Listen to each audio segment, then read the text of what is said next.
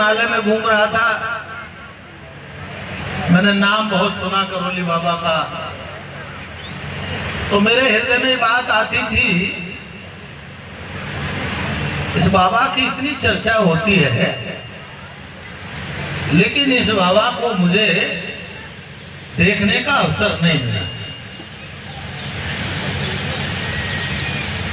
तो हिमालय में बिना योजना के घूम रहा था, मेरी कोई योजना नहीं थी। एक दिन गुस्सा आया कि चलो हिमालय में घूमने चलते, बस किसी को नहीं बताएंगे जगह वगैरह कहाँ जाएंगे। हम 3-4 लोग थे और बाबा ने अपने धाम पर हमको बिना योजना के बुला लिया। जब आप पहुंच गए तब पता लगा ये प्रमुख धाम बाबा करौली बाबा का है, नीम करौली बाबा का है। तो मैं हृदय से नीम करौली बाबा का अभिनंदन करता हूँ, वंदन करता हूँ, उनके चरणों में नमन करता हूँ, क्योंकि ऐसी कृपा, संतों की कृपा सदा सर्वदा जीवन में बने रहे। आप सब लोग भी नीम करौली बाबा के प्रेमी हैं, भक्त हैं, बच्चा बाबा के भक्त हैं, यह सब आपका सौभाग्य है, क्योंकि संतों की कृपा जब ही संभव होती है जब जीवन के अनेकों पुण्य जब उदय होते हैं, तो संत धाम पर संतों के दर्शन का अवसर प्राप्त होता है।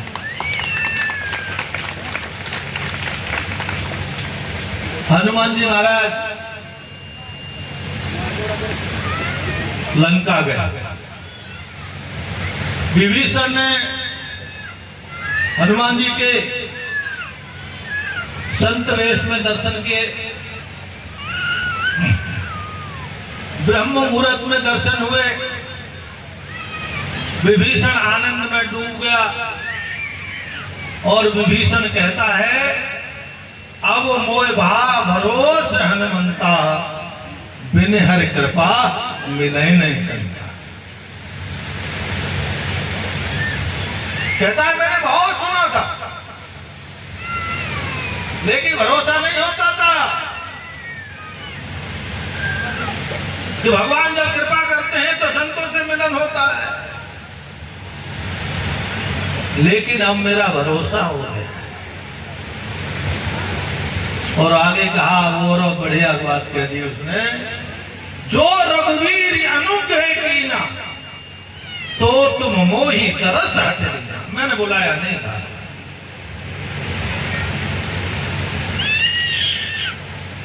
ठीक है ना, बुलाया नहीं था, फिर भी आ गए आप। तो अनुग्रह का संतों ने बड़ा विस्तार से व्याख्या की है। मतलब संत का दर्शन अनुग्रह है।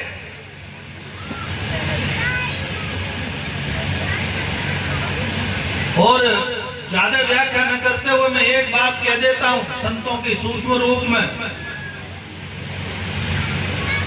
संत का दर्शन का अर्थ होता है, अनुग्रह का अर्थ ये होता है, या तो भगवान स्वयं दर्शन के लिए चलने कर आने वाले हैं, या आप भगवान के पास पहुंचने वाले हैं।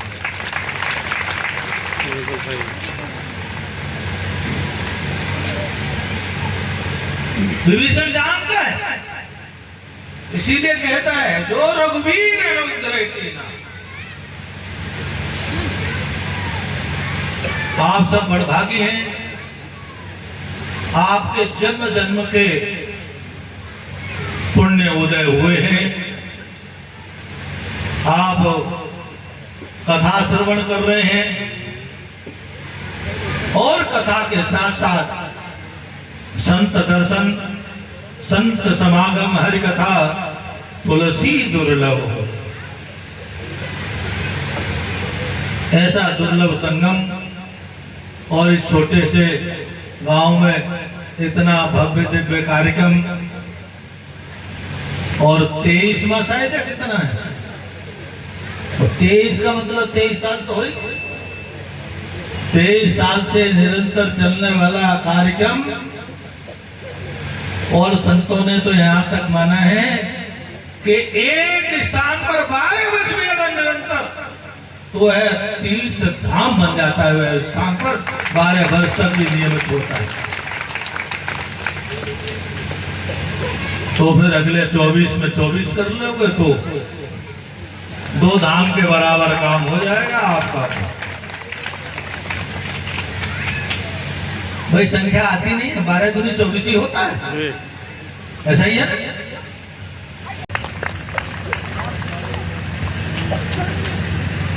यह बात मैं इसलिए कह रहा हूं, मुझे यहां आने में जल्दी हो रही थी और इसीलिए मैं रात को बरेली आ गया देर से, और फिर मैं सुबह जल्दी उठ करके अपना नित्य काम करके, हमारे साथी लोग भी कहेंगे अभी कहाँ जा रहे हो, कार्यक्रम बहुत दूर है। ये तो सहाबात वालों की गड़बड़ है, थोड़ी बहुत देर इन्होंने किया है। देखो हम महात्मा हैं, हमको कहने में कोई दिक्कत नहीं होती है, क्योंकि भाई इनकी भी इच्छा है, साधु कोई मिला है, संत मिला है, ठीक है, उसे ढंग से न छोड़ो, और फिर भी ना न छोड़े तो कपड़े की तरह 2-3 बार पटको और फिर भी नहीं छोड़ो। तो उसी के अंतर्गत में तो भाई इनके यहां फंस गया था। मैं तो 11 बजे ही आ गया। ये वास्तव में केवल एक ही महापुरुष के कारण संभव हो सकता है, वो बाबा नीम करौली के कारण से हो सकता है, और कोई दूसरा कारण नहीं हो सकता। क्योंकि भगवान की मुझ पर एक कृपा जरूर है, मैं दबाव प्रभाव, हनुमान जी मुझे इससे बड़े दूर रखते हैं। और हनुमान जी ऐसे दयालु हैं, अगर मैं हट कर जाऊं, मुझ पर उनकी ऐसी कृपा है, ये बाबा नीम करौली की कृपा है। क्योंकि जगत में लोग उनको, मैंने प्रत्यक्ष दर्शन तो नहीं किए तो मैं कुछ कह नहीं सकता, लेकिन उनके भक्तों के द्वारा जो मुझे ज्ञात होता है और उनकी लीला जो ज्ञात होती है कि बाबा नीम करौली साक्षात हनुमान के स्वरूप है।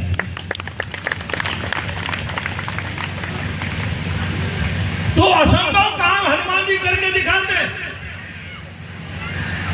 मैं कभी उनको तंग नहीं करता,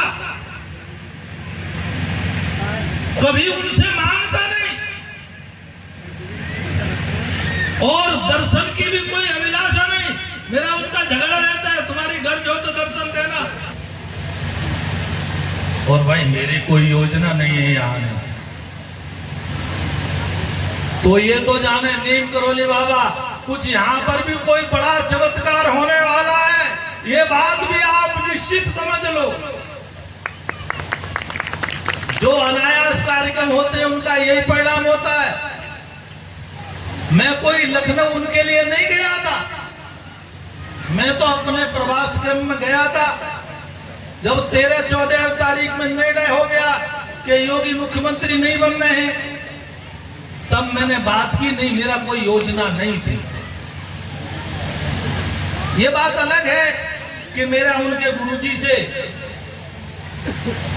योगी अवैधनाथ जी महाराज के साथ में राम जन्मभूमि आंदोलन में साथ साथ रहा हूं।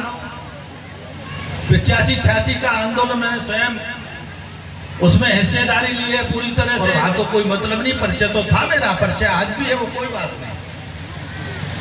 तो ये नीम करौली बाबा कोई यहाँ पर चमत्कार करने वाले हैं। ये आज आप अपनी जेब में पर्ची लिख के डाल लो। मैं पर्ची इसलिए कह रहा हूं कि एक बाबा है ना, वो पर्ची निकालता है, तुम भी पर्ची आज डाल लो, ठीक है। मैं पर्ची निकालता नहीं हूं, मैं तुम्हारे पर्ची डलवा रहा हूं, और उसे जब जब समय आए तो पर्ची निकाल लेना। क्योंकि आज 23वां साल है, 24वां आने वाला है, 24वां यज्ञ और कथा होने वाली है।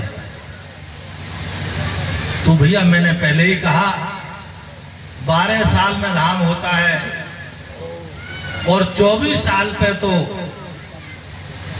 क्या उसको नाम दिया जाए हमें समझ में नहीं आता, लेकिन डबल धाम तो हो गया, दोहरा धाम तो हो ही जाएगा। निश्चित कोई चमत्कार होने वाला है। मैं आने की बहुत सारी अनुभव आए मुझे, ये बात इसलिए बोल रहा हूं मैं, और कोई कारण से नहीं, मैं ये बात इसलिए कही है कि जिस पर कृपा हनुमान जी की हो जाएगी उसे दुनिया में कोई कुछ रोक नहीं सकता। पूरी दुनिया नहीं चाहती थी कि योगी मुख्यमंत्री हो। भारत का पहला 1947 के बाद मुख्यमंत्री है जिसको भारत के नेता नहीं चाहते थे, पूरे विश्व के लोग नहीं चाहते थे, उसको मुख्यमंत्री बनाना पड़ा। ये आपके उत्तर प्रदेश की पहली घटना है। ये केवल जब ही संभव हो सकता है क्या हनुमान जी का प्रत्यक्ष कृपा हो। और भाई तो यहाँ उत्तर प्रदेश तो उत्तम प्रदेश है, यहाँ राम जी आए, यहाँ कृष्ण जी आए, बराह भगवान आए, नरसिंह भगवान आए, कितने सारे अवतार। और ये आपकी भूमि तो है,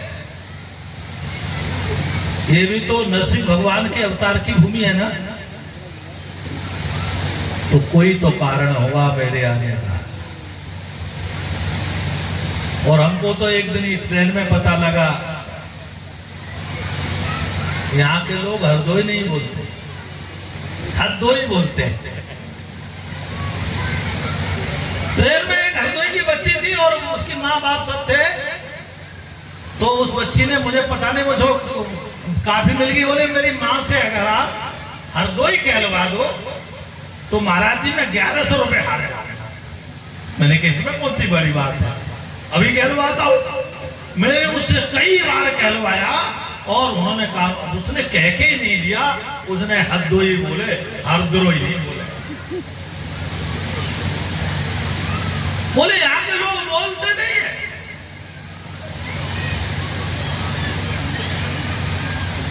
तो सब आप सब लोग ऐसे पवित्र भूमि के वासी भी हैं जिस जिले में नरसिंह भगवान ने अवतार लिया है।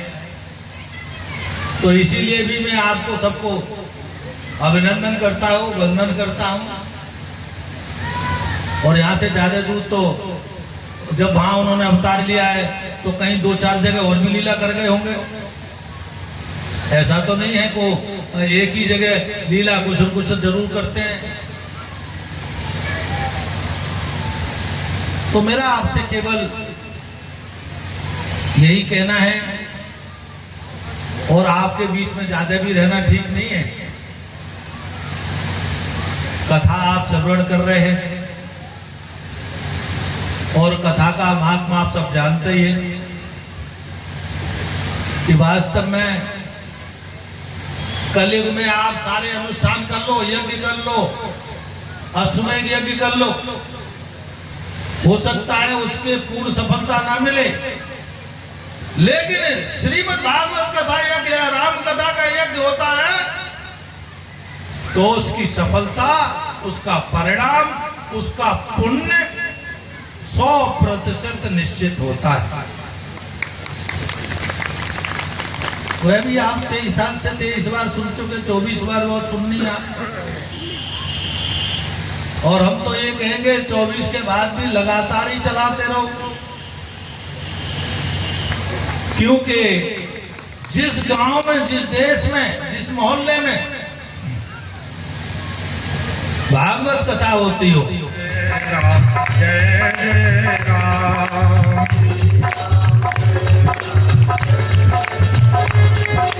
श्री राम जय